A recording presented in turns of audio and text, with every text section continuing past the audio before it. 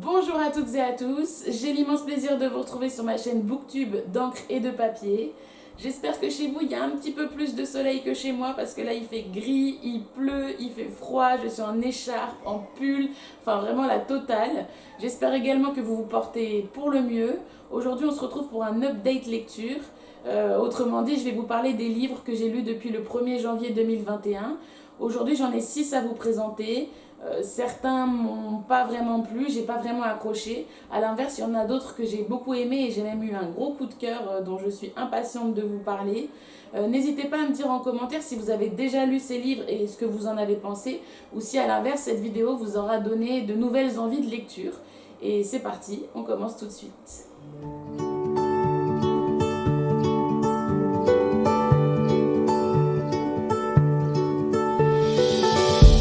Le premier livre que j'ai lu ce mois-ci, il s'agit d'une BD qui s'appelle Balade en philosophie de Janine aux éditions Octopus.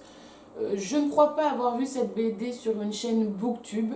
J'ai sûrement dû passer dans une librairie, ça a dû m'attirer, puis j'ai dû le prendre comme ça sur un coup de tête. Je vous avoue que j'ai été rapidement déçue par cette BD. Au début, je trouvais le principe très sympa. Voilà, c'est l'histoire de cette jeune femme, Janine, qui adore la philosophie. Et moi, j'aime ça aussi. Je trouve que voilà, ça ouvre sur le monde, ça permet de relativiser beaucoup de choses dans la vie. Et l'idée, voilà, c'était que c'est des petites histoires de sa propre vie, une BD tout simplement. Et au fur et à mesure, elle décortique des principes théoriques de philosophie, mais à travers des histoires de la vie courante. Je trouvais le principe assez chouette et les planches plutôt sympathiques. Je dirais pas que c'est la plus belle BD que j'ai vue, mais voilà, c'est assez chouette. Et en fait, à part les deux trois premiers chapitres où je me suis dit, bon, ça a l'air pas mal, j'ai vite décroché en fait. J'ai vite trouvé ça ennuyeux, redondant.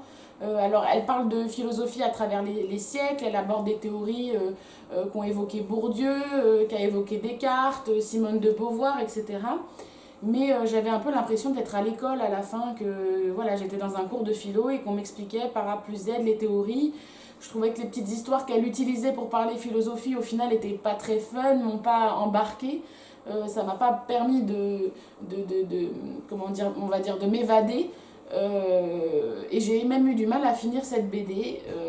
Voilà, moi j'ai pas accroché. Si jamais vous l'avez lu et que vous avez un avis différent du mien, bah, je serais curieuse d'en savoir plus parce que je saurais pas vous expliquer pourquoi plus que ça j'ai pas accroché. J'avais beaucoup d'attentes, peut-être trop. Je sais pas, mais en tout cas pour moi ça a pas vraiment marché. Le deuxième livre que j'ai lu ce mois-ci s'appelle Il était une fois des femmes fabuleuses. C'est aux éditions Larousse Jeunesse. Ça a été écrit par les époux Von Grut, alors j'espère que je prononce bien, et ça a été illustré par Bodil Jane. Voilà, donc c'est tout simple, à chaque fois c'est une double page, voire un petit peu plus, qui parle d'une femme plus ou moins célèbre et qui raconte les exploits que ces femmes ont réalisés tout au long de leur vie. Donc bah, par exemple, j'ai redécouvert l'histoire de Rosa Parks, j'ai adoré ça, regardez, j'adore cette image, j'espère que vous voyez bien. Donc j'ai redécouvert par exemple son combat contre le racisme et l'exclusion des Noirs. Mais ça parle également de Frida Kahlo, qui était une immense artiste malgré les souffrances qu'elle a vécues. J'ai découvert également l'histoire de certaines femmes que je ne connaissais absolument pas, comme Wangari Maathai, qu'on appelle la mère des arbres. Franchement, j'ai trouvé ça passionnant. Je crois que je l'ai lu en à peine une journée. J'ai appris beaucoup de choses. Et pour une fois que ça met les femmes en valeur, voilà, j'ai trouvé que c'était très féministe et que bah voilà, on se rend compte que c'est pas toujours les hommes au fil des siècles, au fil du temps, ont toujours réalisé des exploits incroyables. Voilà, je trouve que c'est un hommage aux femmes qui est très bien fait. Franchement, je vous conseille, si vous connaissez pas, allez-y, foncez, ça vaut vraiment le détour. Ce mois-ci, j'ai également lu l'intégrale de Phénomène écrit par Eric Lhomme. Là, c'est en version poche, c'est un folio et c'est de la science-fiction. Donc il se trouve que pendant mon adolescence, j'avais lu le tome 1 et le tome 2, je crois, dans une autre édition. Et en fait, j'avais jamais lu la fin de l'histoire, j'avais beaucoup accroché et j'avais jamais trouvé le tome 3 dans l'édition que je voulais. Et l'année dernière, aux Imaginales, j'ai croisé Eric Lhomme et comme c'est un auteur que j'aime beaucoup et dont j'aime énormément vous parler, j'en ai profité pour lui acheter Phénomène en version intégrale. Donc ça représente 3 tomes. Le tome 1 est un petit bijou. Le tome 2 est pas mal et j'ai un peu moins aimé le tome 3, mais je pense que ça vaut quand même le détour. Pour la petite histoire, c'est 4 adolescents qui ont des troubles du comportement. Pour se débarrasser d'eux, leurs parents les mettent dans une clinique près de Genève. Et finalement, ils n'ont aucun soutien de personne, ils sont très isolés, etc. Jusqu'au jour où dans la clinique où ils sont arrive un nouveau psychiatre, un nouveau psychologue qui est gentil avec eux, qui les soutient, etc. Et ils vont devenir amis. Alors chacun a un trouble du comportement différent. Et en fait, on va vite se rendre compte que leurs troubles du comportement sont en fait des sortes de pouvoirs magiques. Hein, je vous laisserai découvrir ça plus en détail dans l'histoire. Et le jour où le psychiatre va disparaître, ils vont partir à sa recherche, s'enfuir de la clinique et il va se passer plein de choses. C'est une longue et grande épopée et ça va remettre notamment en question quel est le premier homme à avoir posé le pied sur la Lune et pourquoi. Globalement, j'aime beaucoup le principe de départ de cette histoire. En plus, à chaque début de chapitre, on a des extraits d'autres livres qui sont cités par Eric Lhomme. Et j'ai découvert des choses grâce à ça et ça m'a beaucoup plu, ça m'a donné envie d'aller lire ces auteurs plus en détail. Après, je trouve que plus on avance dans l'histoire, plus il y a des détails que j'ai trouvé un peu lourds. On parle de Templiers de plus en plus. Il faut réussir à tout suivre et à suivre les termes un peu techniques parfois. Alors je pense qu'il a fait énormément de recherches pour écrire cette trilogie. Mais parfois c'était un peu lourd et je trouve que ça a cassé mon rythme de lecture. Et j'ai eu plus de mal à terminer le tome 2 et le tome 3 par rapport au tome 1. Mais j'aime quand même bien l'histoire. Après, c'est du livre jeunesse ou jeune adulte, young adulte comme on dit. Voilà, c'est pas si simple à lire que ça. En tout cas, le dernier tome, il faut s'accrocher quoi. Mais j'aime quand même bien l'histoire. C'est pas ce que je préfère chez Eric Lhomme, mais je regrette pas d'avoir été au bout de cette trilogie. C'était quand même sympathique. Ensuite, comme je vous l'avais dit, j'ai eu un gros coup de cœur ce mois-ci pour le livre Jamais plus de Colleen Hoover aux éditions New Romance. Alors déjà, la page de garde, je la trouve juste magnifique. Je trouve elle illustre très bien cette histoire. Je sais également que Colleen Hoover est une grande autrice de romance, mais j'avais jamais eu l'occasion de lire une œuvre d'elle. Je crois que j'ai vu ce livre il y a 3-4 ans sur la chaîne Booktube, les livres d'Ali. Et j'ai jamais eu l'occasion de le lire. Ça fait un petit moment qu'il traînait dans ma pile à lire. Et franchement, j'ai adoré ce bouquin. C'est un petit diamant, un petit bijou qui est pas forcément drôle, mais non seulement ça m'a pris aux tripes, mais en plus, il y a eu des retournements de situation auxquels je m'attendais pas forcément et que j'ai pas forcément vu venir, ou en tout cas pas de cette manière-là. Pour la petite histoire, voilà, c'est une jeune femme qui s'appelle Lily Blossom, qui a vécu dans une famille où il y avait de la violence conjugale, c'est-à-dire que son père malmenait physiquement et psychologiquement sa mère. Elle assistait à beaucoup de scènes assez dramatiques. Donc elle décide de partir vivre seule à Boston pour se dépêtrer de cette histoire et laisser ça derrière elle et d'ouvrir une boutique de fleurs. Et elle va rencontrer un jeune homme qui s'appelle Ryle, qui lui fait des études pour devenir neurochirurgien. Et voilà, ils vont énormément s'aimer et ensuite il va y avoir plein de rebondissements que je préfère ne pas vous détailler pour vous laisser la surprise parce que c'est ce qui fait l'intérêt de ce livre. Et ce qui m'a beaucoup plu dans cette histoire, vraiment, c'est qu'au début, surtout moi qui suis travailleuse sociale, qui travaille en protection de l'enfance, voilà, moi je condamne fermement tout ce qui est violence conjugale, j'ai un avis très arrêté sur le sujet.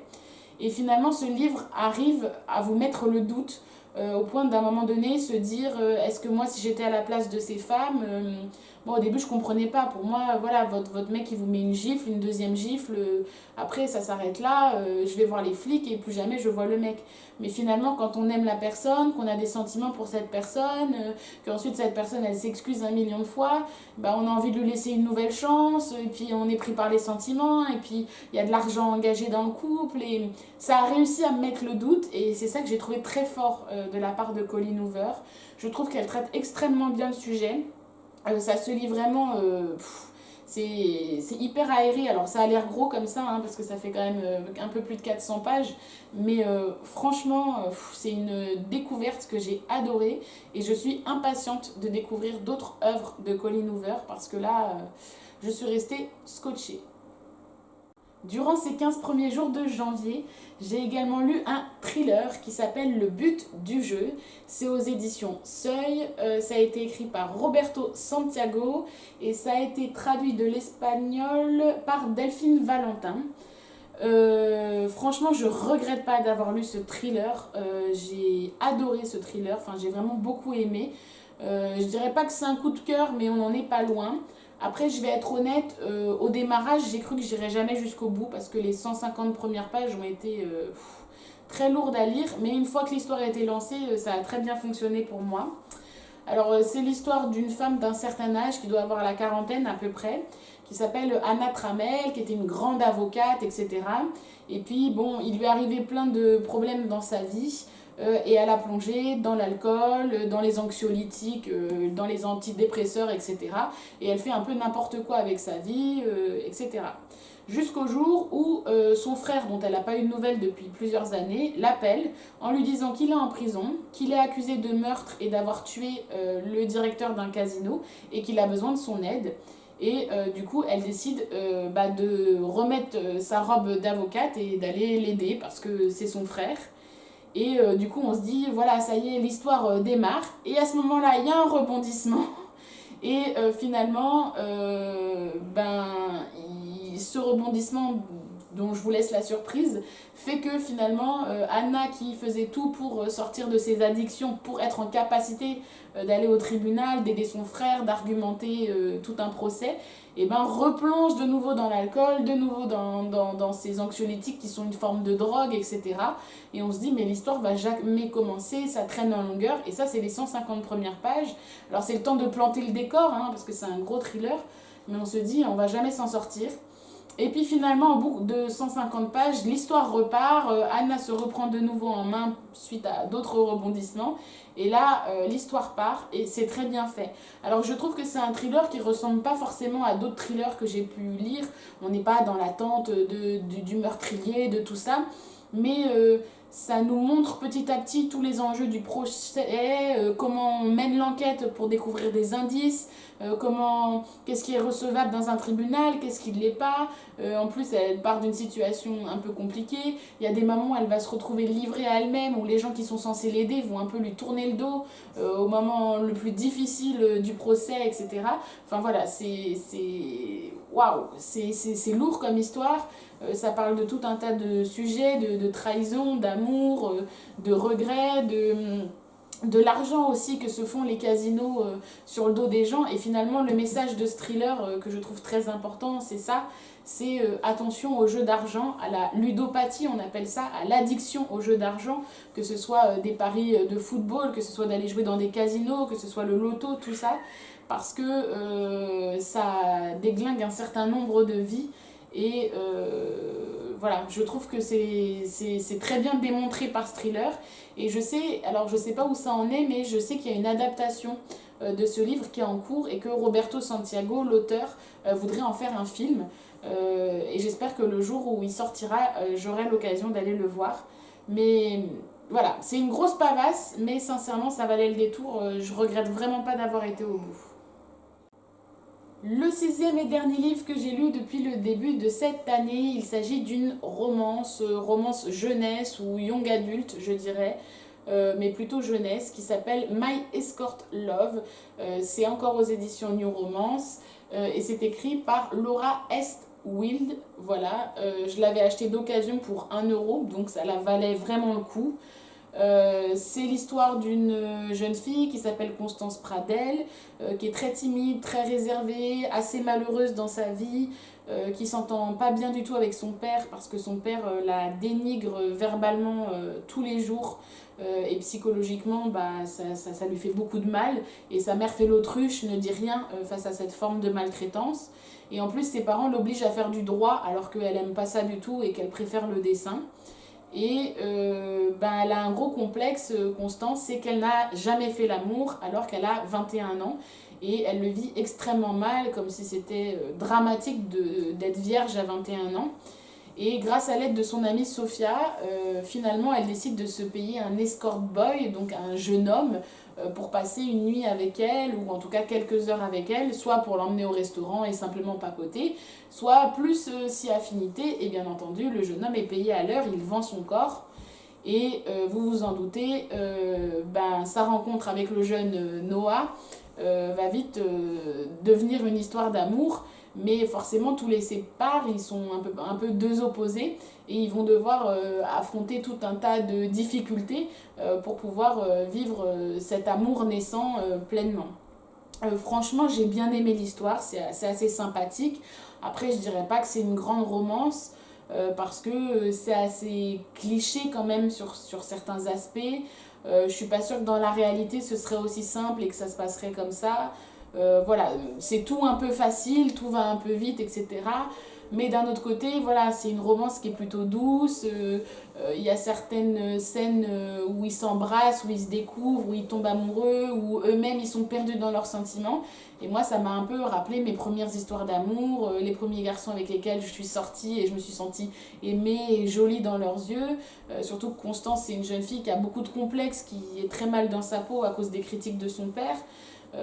Donc forcément, voilà, ce jeune homme va lui donner confiance en elle, etc. Donc il y a un tome 2. Je pense que je le lirai quand même parce que ça se lit assez vite, hein. Je l'ai lu en une journée. Voilà, c'est gentillet. Franchement, je regrette pas, mais après, c'est pas une grande romance non plus. Mais voilà, pour démarrer dans la romance, ça peut le faire. Donc pourquoi pas. Voilà, ce premier point lecture de l'année 2021 est terminé. J'espère sincèrement que ça vous aura plu, que parmi les livres que je vous ai présentés, certains vous auront intrigué ou carrément donné envie de les lire. Si vous voulez en savoir plus, n'hésitez pas à me poser des questions en commentaire ou à m'écrire sur l'adresse mail que je vous mettrai en barre d'infos. Moi, sincèrement, je suis plutôt assez fière parce que je trouve que durant ces 15 premiers jours de janvier, j'ai pas mal lu et du coup, je commence bien l'année. Ça permet de descendre un petit peu ma pile à lire. Nous, on se retrouve la semaine prochaine et en attendant, le plus important, n'oubliez pas, prenez soin de vous.